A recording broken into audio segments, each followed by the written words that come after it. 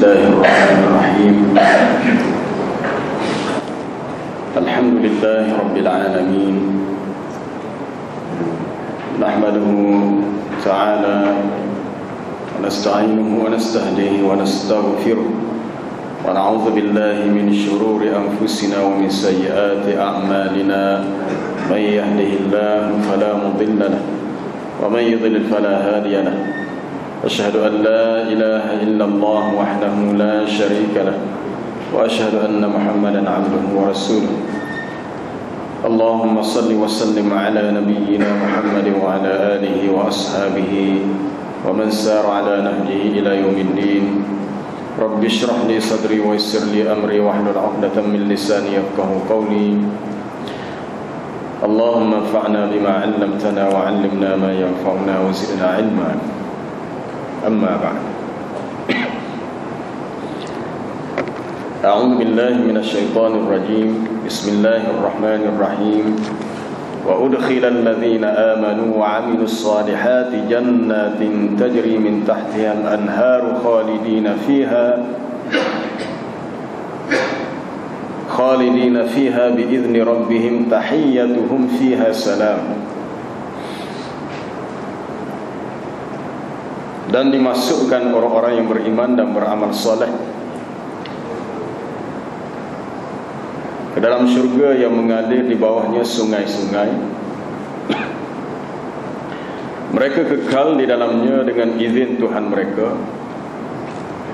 Dan ucapan penghormatan untuk mereka adalah salam, keselamatan, kesejahteraan. Dalam ayat yang lepas, ayat yang sebelumnya, Allah Ta'ala telah menjelaskan kepada kita nasib yang diterima oleh orang-orang yang kafir, golongan yang telah disesatkan oleh syaitan, sehingga mereka menanggung penyesalan yang sangat besar di akhirat. Kemudian seterusnya, ayat berikutnya berhubungan dengan keuntungan dan kejayaan yang diperolehi oleh orang-orang yang beriman, yang beramal soleh. Udkhila dimasukkan, bukan mereka masuk, tetapi mereka dimasukkan. Allah Subhanahu wa ta'ala memasukkan mereka, orang-orang yang beriman, yang beramal soleh, ke dalam syurga. Dia mari dalam bentuk bina majhul, bina maklum, walaupun tidak disebut fa'ilnya siapa yang memasukkan, tetapi fa'il itu maklum, diketahui. Udkhila dalam bentuk fi'il madhi, tidak yudkhalu. Allah Ta'ala sedang memasukkan, telah dimasukkan, padahal masuk ke syurga belum lagi. Manusia tidak masuk ke syurga sehinggalah dunia ini, kiamat setelah hisab selesai, urusan di padang mahsyar. Tetapi janji Allah Ta'ala adalah janji yang benar.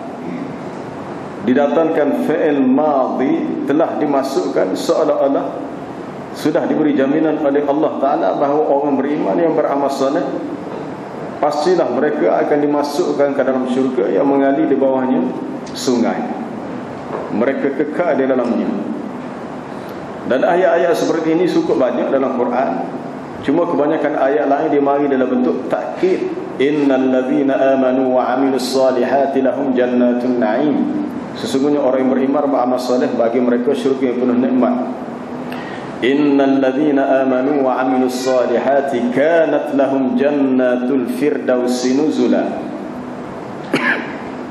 Sesungguhnya orang-orang yang beriman, yang beramal soleh adalah bagi mereka syurga firdaus yang dijadikan sebagai tempat mereka singgah, untuk mereka berada di situ selama-lamanya, untuk mereka menetap di situ, sehingga la yabghuna anha hiwala, mereka tidak ingin untuk berpindah daripadanya. Tetapi ayat ini mari dengan bina majhul, dimasukkan.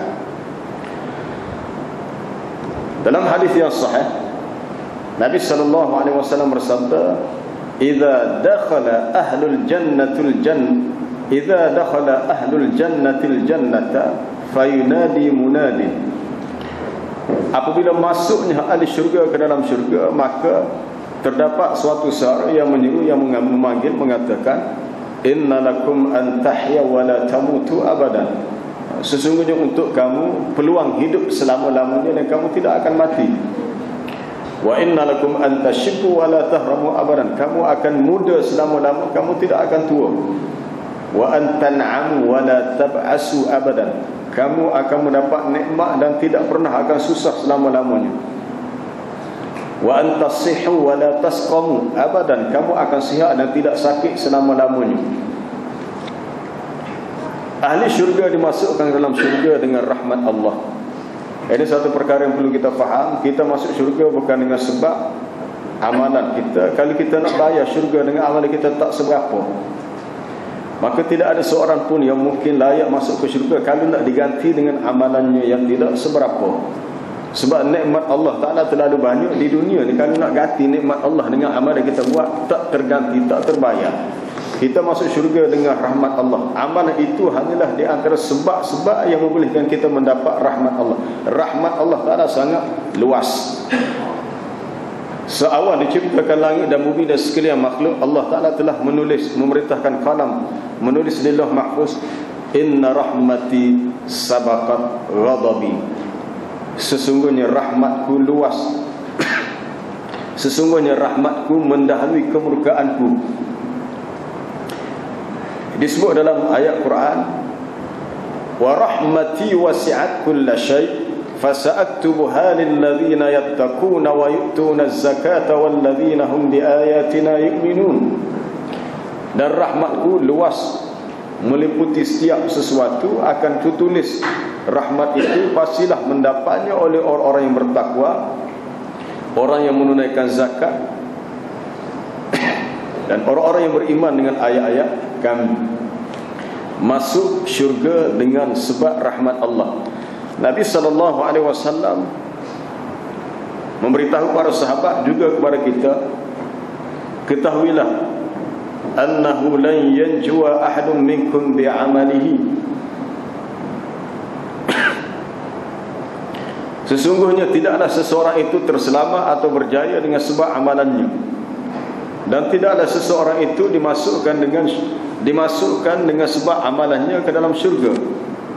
Lalu para sahabat bertanya, wala anta ya Rasulullah, wala ana illa an yataghammadani Allahu bi rahmatin minhu wa fadlin.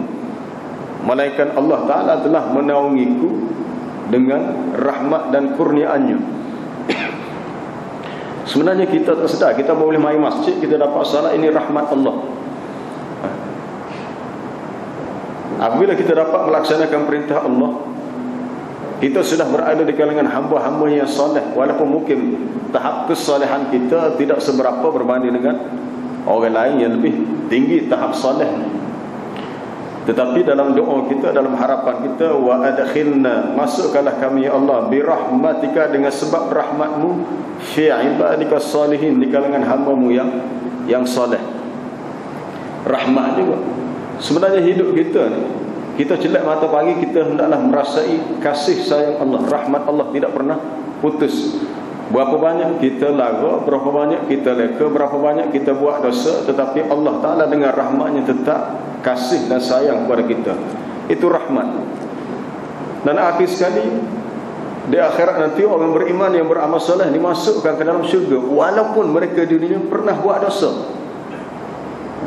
Persoalan dosa adalah persoalan lain yang Allah Ta'ala dengan kehendaknya, dengan masyiahnya, dengan rahmatnya, dia boleh selesaikan dengan mudah, dengan kehendaknya. Dari segi pertimbangan yang mudah, fa'amma man thaqulat mawazinuh, adapun sesiapa yang berat timbangan amalan kebaikannya, maka ia berada dalam syurga. Walaupun dia ada dosa, tapi dosa itu diberi keampunan oleh Allah.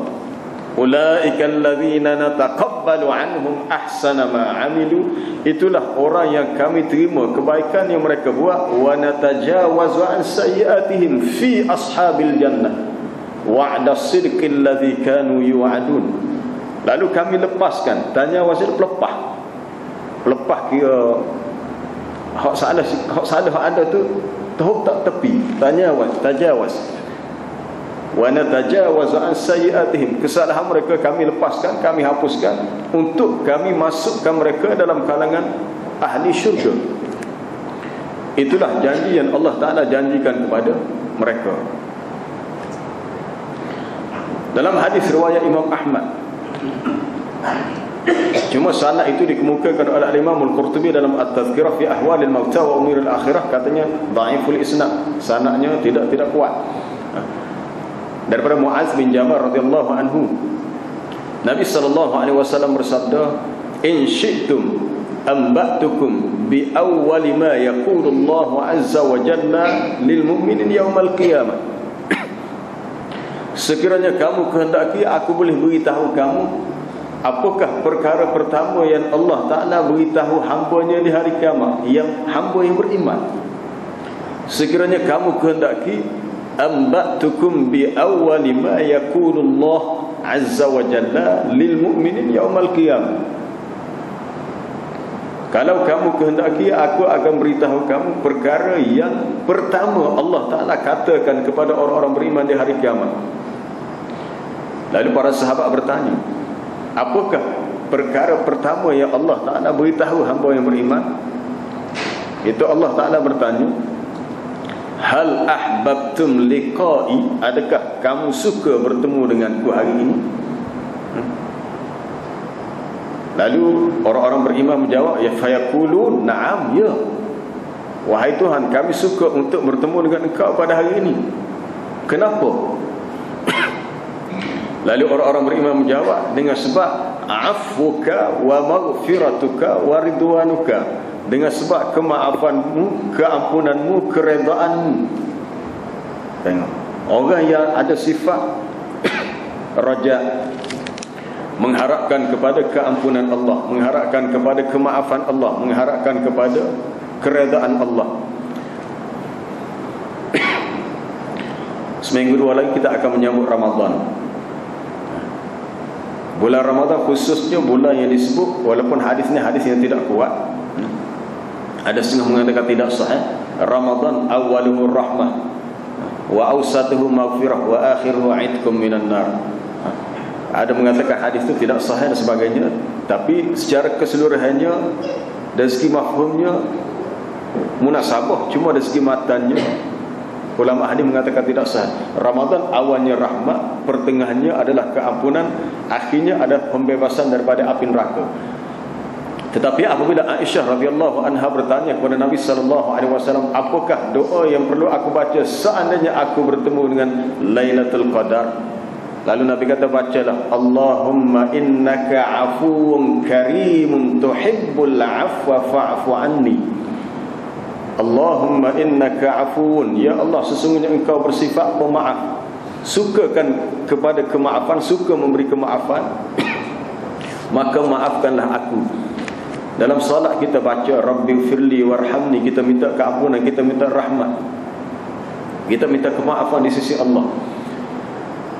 Jadi apabila orang-orang beriman menjawab, ya Allah, kami suka untuk bertemu denganmu sebab kami lebih mengharapkan afuka wa maghfiratuka wa ridwanuka, kemaafanmu, keampunanmu, keredaanmu, maka Allah Ta'ala menjawab, qad aujabtu lakum rahmati, sesungguhnya aku telah wajibkan untukmu mendapat keredaanku.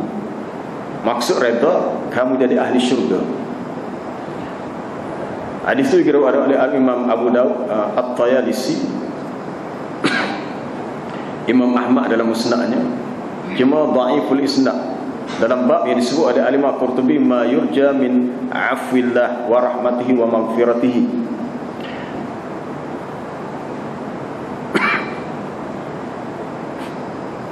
Menyatakan bab berhubung dengan diharap kemaafan di sisi Allah, keampunannya dan rahmatnya.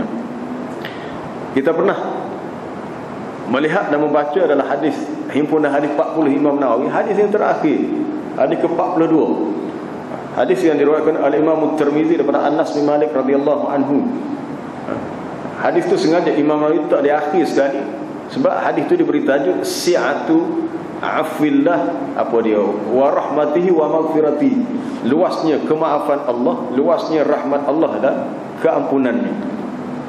Hadis itu berbunyi, di hari kiamat nanti Allah Ta'ala akan berkata, ya bani Adam, innaka ma da'awtani wa rajautani ghafartu laka ala ma kana minka wa la ubali. Wahai anak Adam, selagi mana engkau berdoa kepadaku dan mengharapkan kepada aku, maka aku ampunkan dosamu. Walau apa sahaja keadaan kamu, aku tak peduli. Selagi manusia mengharapkan keampunan daripada Allah dan berdoa, walaupun amal soleh dia sikit, walaupun dosa dia banyak, tetapi dia tidak pernah putus asa, maka Allah Ta'ala memberi jaminan, innaka ma da'awtani wa rajautani ghafartu laka ala ma kana minka wa la ubali. Sesungguhnya engkau, selagi mana engkau berdoa kepadaku, mengharapkan aku, maka aku ampunkan dosa kamu, walau apa sahaja keadaanmu, aku tidak peduli. Ya bna Adam, lau balawat dhunubuka anana as-sama'. Wahai anak Adam, sekiranya dosa kamu sudah banyak mencecah sampai kepada kaki langit, sampai kepada awan, bandingnya kalau dosa itu banyak, thumma astaghfartani, kemudian kamu memohon ampun kepadaku, maka aku ampunkan dosa kamu. Ya bna Adam, wahai anak Adam, lau ataitani bi qurabil ardi khataya thumma laqitani la tusyriku bi syai'an la ataituka bi qurabiha maghfiratan. Wahai anak Adam, sekiranya engkau datang kepadaku dengan membawa kesalahan dosa sepenuh muka bumi, tetapi dengan syarat kamu bertemu aku dalam keadaan tidak terlibat dengan dosa syirik, maka aku akan gantikan dengan keampunan yang seluas muka bumi. Mana dengan syarat tidak terlibat, selagi tidak terlibat dengan perkara syirik, selagi manusia masih mengharapkan Allah, mengharapkan rahmatnya, keampunannya dan kemaafannya. Lepas itu penting kita sentiasa membanyakkan doa. Kalau kita nak ikut, kalau kita nak kira dengan kelemahan kita, kekurangan kita, yang mudah sangat kita terjatuh dalam perkara yang disifatkan sebagai dosa dan kesalahan. Allah Ta'ala bila-bila masa sahaja boleh menghukum kita kalau dia kendaki. Tapi dengan sebab rahmatnya, luasnya, kemaafan dia, maka dosa kita tidak segera dihukum, tapi diberi tangguh untuk tempoh yang kita pun tak tahu bila, sehinggalah seseorang itu bertaubat. Ayat ini menyatakan bahawasanya orang beriman yang beramal soleh dijamin masuk syurga. Dijamin masuk syurga. Asal kita daripada syurga. Allah Ta'ala ciptakan Nabi Adam, lalu ditempatkan dia, diletakkan dia dalam syurga.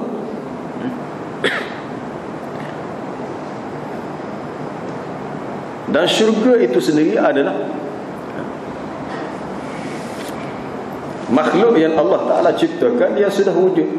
Al-jannatu wan nar. Kata Al-Imam At-Tahawi dalam Aqidah Tahawiyah, Al-jannatu wan nar makhluqatani mawjudatani al-an la tafniyani. La tafniyani. Syurga dan neraka adalah dua makhluk ciptaan Allah yang sudah wujud sekarang ini, dan kedua-duanya tidak bersifat fana. Maknanya syurga dan neraka sudah wujud, sudah diciptakan oleh Allah Ta'ala, dan dia bersifat kekal dengan izin Allah. Madamatis samawati wal ardh, selagi mana kekalnya langit dan bumi. Apabila kita meminta kepada Allah Ta'ala syurga, bermakna kita minta kepadanya rahmatnya. Liyudkhilallahu fi rahmatihi man yasha. Allah Ta'ala memasukkan sesiapa yang dia kendaki di kalangan hamba-Nya ke dalam rahmatnya. Wa yudkhil man yasha'u fi rahmatihi wadh-dhalimina a'adda lahum 'adzaban alima.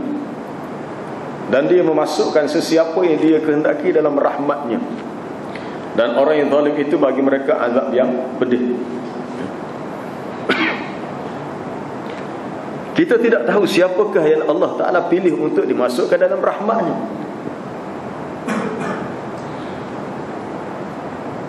Kalau kita berusaha ke arah itu dan kita nak, insya-Allah kita akan dapat. Tapi kena minta sungguh-sungguh. Kita perlu bersungguh-sungguh untuk mendapat rahmat Allah. Berdoa dan minta, sebab doa tu satu usaha yang sangat Allah Ta'ala sukai, dan sifat Allah Ta'ala dia suka kita minta kepadanya. Apabila kita minta kepada dia, kita berdoa, doa itu ibadat, dan Allah Ta'ala suka kepada orang yang meminta kepadanya. Sama ada yang kita minta rahmat ataupun kita minta apa yang di sisinya, keampunannya, kemaafannya, keredaannya, syurganya, maka Allah Ta'ala akan berikan kepada sesiapa yang meminta kepadanya. Bahkan seandainya semua manusia dan jin minta, kalau orang nak dunia minta, ada hadis kursi daripada Abu Dzar Al-Ghifari,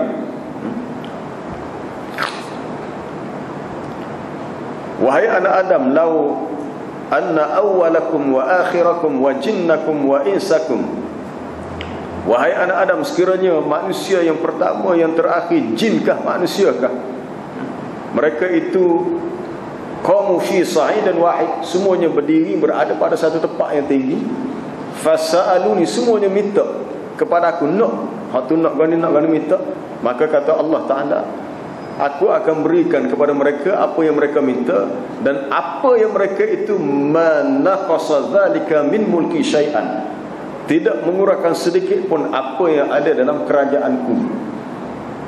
Sama ada yang kita minta, kalau kita minta dunia, Allah Ta'ala bagi. Kita minta akhirat, Allah Ta'ala bagi, bergantung kepada apa yang kita minta. Tetapi bagi orang yang beriman, memohon, meminta akhirat dah mencukupi, maka dunia akan bagi. Tetapi sesiapa yang minta dunia, maka dia akan dapat dunia. Wa minan nasi may yaqulu rabbana atina fid dunya wa ma lahu fil akhirati min khalaq. Di kalangan manusia ada orang yang berkata, wahai Tuhan kami, berikan kepada kami dunia. Minta juga minta dunia saja, maka dia tidak mendapat apa-apa bahagian di akhirat. Wa minhum man yaqulu rabbana atina fid dunya hasanah wa fil akhirati hasanah. Di kalangan mereka ada orang yang berkata, wahai Tuhan kami, berikan kepada kami kebaikan di dunia dan kebaikan di akhirat. Apa sahaja yang kita minta, Allah Ta'ala akan beri, tapi kita kena yakin. Jadi oleh kerana orang beriman, orang yang beramal soleh, masuk syurga dengan sebab rahmat Allah. Apa-apa sahaja perkara yang menyebabkan terhalang rahmat Allah, maka kita kena sekat. Apa sahaja yang menyebabkan kita terhalang daripada mendapat rahmat Allah, maka kita kena berhenti. Perkara yang disebut sebagai al-la'nah, laknat. Kita pernah baca dalam surah Ar-Ra'd sebelum ini.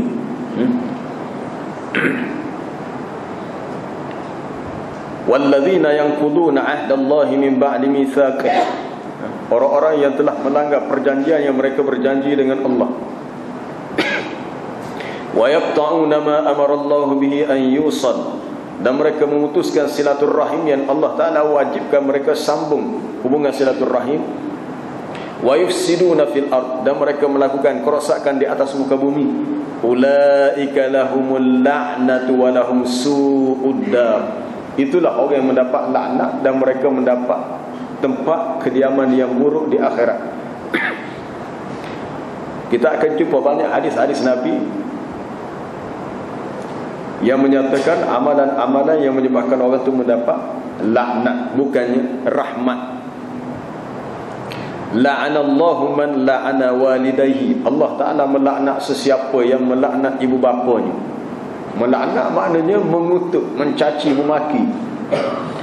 La'anallahu as-sariqa. Allah Ta'ala melaknat pencuri. Alladhi yasriku al-baydah. Yang mencuri walaupun sebiji telur, sebutir telur curi pun dikenakan laknat, dengan sebab telah menyusahkan orang lain. La'anallahu man ghayyara manaral ard. Allah Ta'ala melaknat sesiapa yang mengubah sempadan tanah. Sempadan tanah, tara tanah, tanah dia suka ke ada tambah sikit, orang lain tak sedar, maka dia ambil milik orang lain. Itu dia laknat. Apa dia lagi? Allah Ta'ala melaknat sesiapa yang mengubah ciptaannya, mengubah ciptaan Allah, maka turut mendapat laknat Allah. Kita akan jumpa dalam banyak hadis-hadis Nabi berhubung dengan perkara yang membawa kepada laknat Allah. Semoga Allah Ta'ala menjauhkan kita daripada perkara yang membawa kepada kemurkaannya dan jauh daripada rahmat. Orang-orang yang tidak beriman, yang kafir, kemudian mati dalam keadaan kekafiran, maka mereka mendapat laknat. Innal ladzina kafaru wa matu wa hum kuffarun ulaika alaihim la'natullahi wal malaikati wan nasi ajma'in khalidina fiha. Sesungguhnya orang-orang yang kafir dan mereka mati dalam keadaan kafir, mati tidak beriman, mereka itulah orang yang mendapat laknat Allah, jauh daripada rahmat Allah. Dan mereka juga dilaknat oleh malaikat dan manusia seluruhnya, dan mereka kekal dengan cara yang demikian, terus dilaknat. Rahmat lawan dia laknat. Kita berlindung dengan Allah, minta jauh daripada perkara yang membawa kepada jauh daripada rahmat.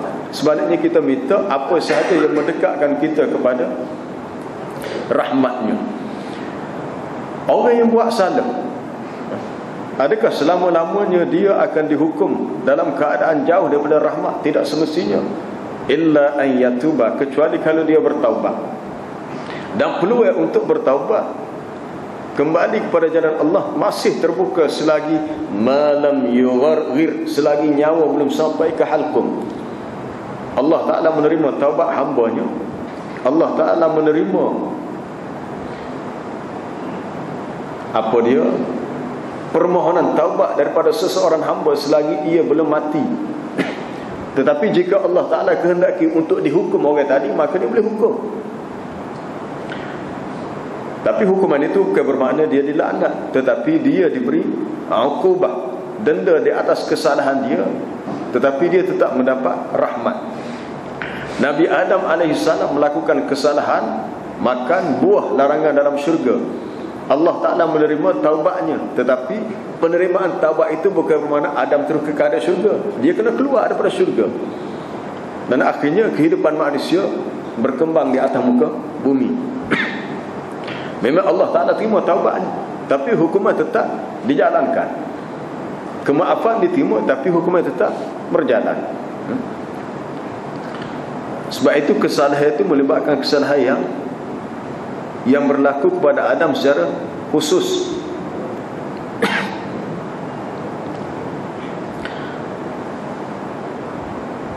Apa yang perlu kita buat sekarang ini adalah istiqamah. Istiqamah, sentiasa istiqamah dengan iman dan amanah soleh. Apabila seorang lelaki datang bertanya kepada Nabi SAW, ya Rasulullah, kulli fil islami qawlan la as'alu ahadan ghairak. Beritahu aku dalam Islam ini suatu perkara, suatu perkataan yang bila kamu beritahu, aku rasa tak perlu tanya orang lain, cukup dengan jawapan ini. Dia nak Nabi beri satu pesanan, satu wasiat, satu nasihat yang cukup. Dengan nasihat ini tidak perlu dia bertanya kepada orang lain. Maka jawab baginda ialah kul amantu billah thumma istaqim. Katakanlah aku beriman kepada Allah, kemudian aku istiqamah. Beriman dan istiqamah dengan iman. Sebab dijamin oleh Allah Ta'ala dalam ayat surah Fussilat, innal ladzina qalu rabbuna Allah thumma istaqamu, sesungguhnya orang-orang yang berkata Tuhan kami Allah, mereka beriman kepada Allah Ta'ala dan mereka tidak mensyirikkannya, kemudian mereka istiqamah dengan keimanan itu. Tatanazzalu alaihimul malaikatu alla takhafu wa la tahzan, nescaya turunlah begitu banyak malaikat daripada langit ketika si hamba ini mati. Lalu malaikat itu berkata, alla takhafu wa la tahzanu, bahawa tidaklah perlu kamu merasa takut, tidak perlu kamu merasa duka cita. Wa abshiru bil jannati allati kuntum tu'adun, dan bergembiralah kamu dengan balasan syurga yang telah dijanjikan untuk kamu. Dengan syarat orang itu beriman dan istiqamah atas keimanan. Malaikat pula turun daripada langit beri tawaran, kamu akan begini. Tapi kita kena faham, bila kita belajar, orang yang diberi rahmat oleh Allah Ta'ala, dia pasti akan diuji. Sama ada ujian itu berlaku di dunia, semasa kematian, selepas kematian di alam mahsyar, dia akan diuji. Kita Kita ambil contoh, orang yang mati dalam keadaan mendapat rahmat, selepas mati itu sebenarnya dia telah merasai sebahagian daripada alam syurga. Dimasukkan orang beriman, orang yang beramal soleh ke dalam syurga. Kita kata adakah mati pun masuk syurga tu? Tidak masuk dalam kubur dulu. Sebenarnya kubur tu adalah sama ada raudhah min riyadil jannah, satu taman daripada taman syurga, ataupun hufrah min hufarin niran, satu lubang, satu kawah daripada kawah neraka. Na'udzubillah. Sama ada kubur itu raudhah min riyadil jannah, satu taman daripada taman syurga, ataupun satu lubang, satu kawah daripada kawah neraka. Masuk di dalam kubur, sebenarnya orang beriman dah rasa ia sebahagian daripada syurga. Kalau kita rujuk dalam kitab Hadil Arwah ila Bidalil Afrah oleh Al-Imam Ibn Al-Qayyim Al-Jawziyah, berhubung dengan sifatul jannah, sifat syurga, untuk mengisbatkan tentang kewujudan syurga bagi orang beriman, seawal matinya orang beriman itu sebenarnya masuk syurga tu. Cuma bukan syurga yang dimasuki di akhirat, memang sebahagian daripada syurga. Kerana apa? Sekiranya dia ada ahli syurga, maka diperlihatkan tempat dunia dalam syurga, lalu Allah Ta'ala beritahu, malaikat beritahu, maka malaikat beritahu, dilihatkan, asalnya dilihatkan untuk dia neraka.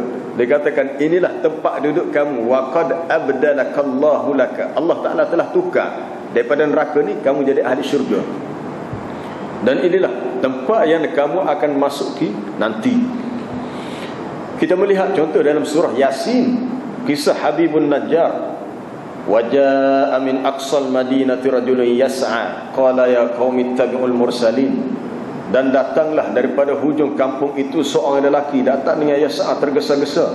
Lalu dia berkata kepada orang kampung dia, ittabi'ul mursalin, ikutlah rasul-rasul ini. Rasul-rasul itu utusan yang dihantar oleh Nabi Daniel.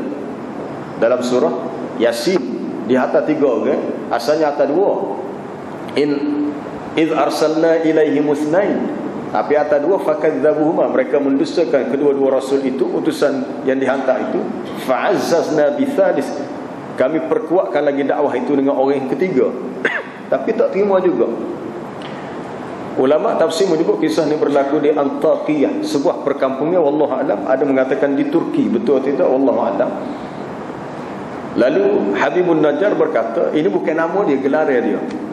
Kata dia, ittabi'u man la yas'alukum ajran wa hum muhtadun, ikutlah orang yang tidak minta daripada kamu upah atas kerja dakwahnya. Akhir sekali, apabila Habibun Najjar suruh kaum dia beriman, mereka pukul dia, mereka lanyuk dia, pijak dia hingga mati dia. Mati syahid lah. Akhirnya bila mati syahid, apa yang berlaku? Qila dukhulil jannah, dikatakan kepadanya masuk dalam syurga. Adakah semasa berlaku peristiwa itu dunia dah kiamat? Tak lagi. Sampai sekarang belum kiamat lagi. Tapi dalam surah Yasin Allah Ta'ala menyatakan setelah dia dibunuh oleh kaumnya atas sebab dia mengajak mereka beriman, qila dukhulil jannata qala ya laita qaumi ya'lamun bima wafara li rabbi waj'alani minal mukramin. Dikatakan kepadanya, udkhulil jannah, masuklah kamu dalam syurga. Lalu dia berkata, ya laita qaumi ya'lamun, alangkah baiknya kalau kaumku mengetahui bima ghafara li rabbi, dengan sebab Tuhanku telah mengampunkan aku dan menjadikan aku di kalangan orang-orang yang mulia. Baru je mati, dipijak mati syahid, dah dikira masuk syurga. Walaupun dari segi jasadnya, tubuh badannya kita kata dalam kubur, tapi ruhnya sudah berada sebahagian daripada syurga. Apabila Allah Ta'ala menyatakan dalam ayat ini dimasukkan orang beriman yang beramal soleh ke dalam syurga, Syekhul Islam Ibn Taymiyah rahimahullah dalam sebuah tulisannya, dalam sebuah bukunya Al-Kalimut Tayyib, buku yang menghimpunkan amalan-amalan zikir, amalan-amalan wirid, juga ditulis oleh anak muridnya Ibn Al-Qayyim dalam Al-Wabil As-Sayyib. Katanya, sesiapa yang tidak merasakan dalam hatinya syurga, maka dia tidak berpeluang untuk menjadi ahli syurga di akhirat. Kalau di dunia dia tak terasa dalam hati dia ada syurga, ada syurga dalam hati, maka mana mungkin dia akan masuk syurga di akhirat. Maksud syurga dalam hati tidak ada sifat cintakan Allah. Adakah orang yang ada cintakan Allah bermakna dia langsung tak buat dosa? Kemungkinan sekali-sekala dia buat dosa juga, tetapi dia lebih cintakan Allah. Tapi kalau seseorang kata ada sifat cintakan Allah, memang harapan untuk jadi ahli syurga ada. Kita kena faham. Sebab tu kita kena usaha juga biar kita ada ma'rifatullah, kenal Allah, sehingga kita cintakan Allah. Walaupun kita tidak redha atas perbuatan salah, dosa kita buat, tetapi kita tetap cintakan Allah. Dan kita tetap marah pada diri kita atas kelemahan kita. Apabila seseorang mencintai Allah, maka dia akan berusaha untuk menjadi sentiasa dekat dengan Allah dan menjauhi perkara yang Allah Ta'ala tidak suka. Walaupun dia akan sentiasa berlawan dengan nafsunya, nafsu nak kepada perkara yang Allah Ta'ala tidak sukai, tetapi hatinya mengatakan tak boleh, sebab perkara ini menyebabkan engkau jauh dengan Allah, maka berlawan sama. Sebab tu di zaman Nabi ada seorang lelaki yang sering ditangkap dia kerana minum arak, sehingga ada sahabat yang mengutuk-ngutuknya. Apalah, orang ni kena igat dah, lepas tu kena igat pula. Dulu dah ditangkap, lepas tu tangkap pula. Kata Abu Hurairah, faminna ad-darib bi na'lihi, faminna ad-darib bi thawbihi, faminna ad-darib bi yadihi. Ada yang pukul dengan baju, ada yang pukul dia dengan selipar, ada yang tampar dengan tangan. Hukumnya bagi orang minum. Tiba-tiba mari seorang lelaki kata, akhzakallah, semoga Allah Ta'ala menghinamu. Nabi kata, jangan kata, tidak boleh kamu menghina dia begitu. Boleh jadi dia cintakan Allah. Walaupun dia buat dosa minum arak, tapi dalam hati dia masih ada cintakan Allah. Bermakna kesalahan minum arak itu sesuatu yang kalau Allah Ta'ala kendaki dosa itu boleh diampunkan. Soal hukumnya di dunia, hukumnya boleh diampunkan dan dia tetap ahli syurga. Itu kita jumpa dalam hadis daripada Abu Dzar Al-Ghifari dan juga Abu Hurairah. Apabila Nabi SAW datang beritahu bahawasanya Jibril mengkhabarkan kepada aku, man mata min ummatika la yusyriku billahi syai'an dakhala al-jannah.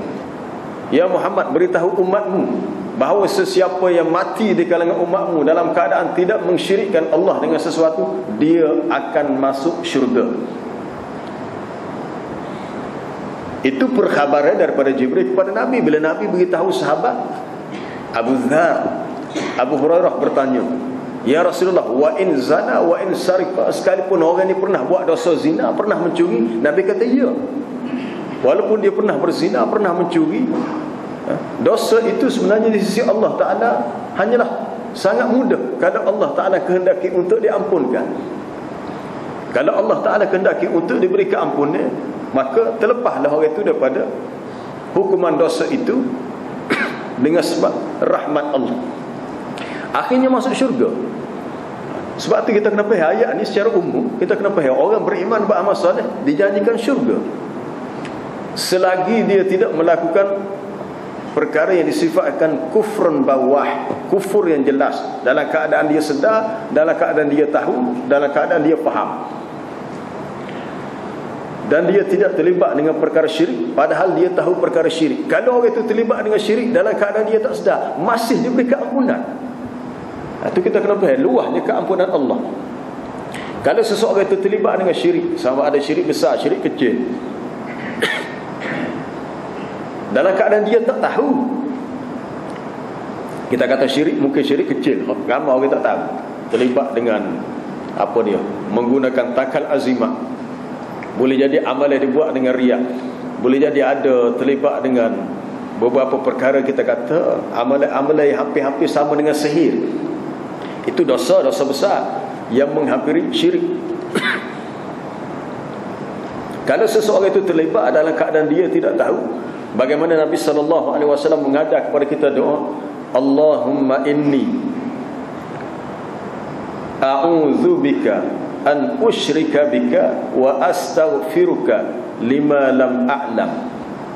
Allahumma, ataupun Allahumma inna na'udzubika an nusyrika bika syai'an na'lamuhu wa nastaghfiruka lima la na'lamu. Ya Allah, sesungguhnya kami berlindung denganmu daripada melakukan syirik yang kami tahu bahawa itu dosa syirik. Dan kami minta keampunan terhadap perkara syirik yang kami tak tahu. Kalau kami tahu perkara syirik, minta jauh supaya jangan kami terlibat. Sebab orang yang terlibat dengan syirik diharamkan baginya syurga. Wa man yusyrik billah faqad harramallahu alaihi al-jannah. Sesiapa yang mensyirikkan Allah, terlibat dengan perkara syirik, maka Allah Ta'ala haramkan untuknya syurga. Kalau seseorang itu tahu itu syirik, maka jangan sekali-kali dia terlibat dalam keadaan dia tahu. Bagaimana pula kalau dia tak tahu? Disebabkan dia kekurangan ilmu, dia jahil, maka dia perlu minta keampunan kepada Allah. Allahumma inna nastaghfiruka, kami minta ampun kepadamu ya Allah daripada perkara syirik yang kami tak tahu bahawa ia syirik. Kecuali kalau orang itu tahu.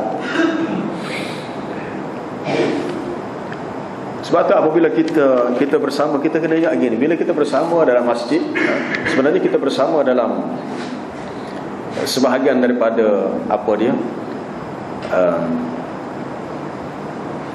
dalam satu hadis ni walaupun tidak kuat dari segi sanadnya, idza maratum biriyadil jannah farta'u, apabila kamu melalui taman-taman syurga, hendaklah kamu singgah untuk bermain, untuk merasai keseronokan. Irta'a yarta', irta'a ni mana pergi berseronok. Lalu sahabat bertanya, apa itu apa dia riyadul jannah? Taman syurga itu majalisul ilmi ataupun halaqul zikr, sama ada majlis ilmu ataupun halaqah zikir. Berada dalam majlis ilmu adalah majlis zikir, salat berjemaah adalah majlis zikir. Apabila kita berada di sini, kita mengharapkan bahawa masjid ini, Masjid Paya Gambar ni akan menjadi saksi bahawa kita akan bersama dalam syurga. Kita kena yakin. Apa daripada dulu bila kita mari, kita yakin kita bersama di dunia dalam majlis begini, dan tempatnya menjadi saksi bahawa kita akan bersama di syurga. Was-sama'i dzatil buruj wal yaumil mau'ud wasyahidin wa mashhud. Ada saksi dan ada yang dipersaksikan ke atasnya.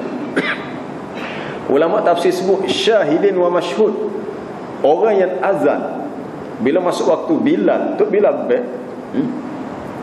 sejauh mana yasma', apa dia didengar, mada sautil muazzin, sejauh mana didengar suara muazzin, maka syahidalahu, bersaksilah untuknya insun wa jinnun, manusia dan jin yang mendengarnya akan menjadi saksi. Setiap tempat yang kita pergi untuk kita buat ibadat, tempat itu menjadi saksi bahawa kita pernah solat di sini, kita pernah berada di majlis ilmu di sini, kita pernah buat kebaikan di sini.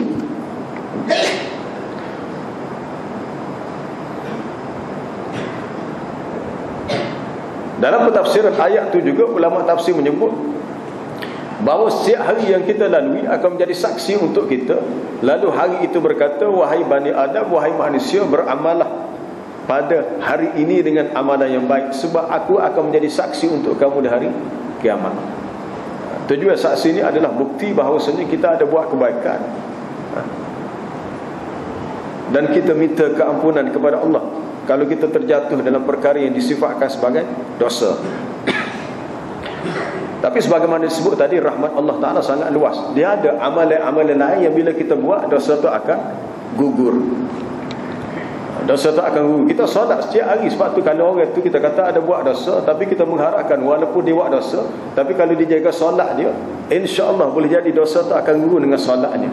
Kecuali kalau dosa besar, perlu kepada bertaubat.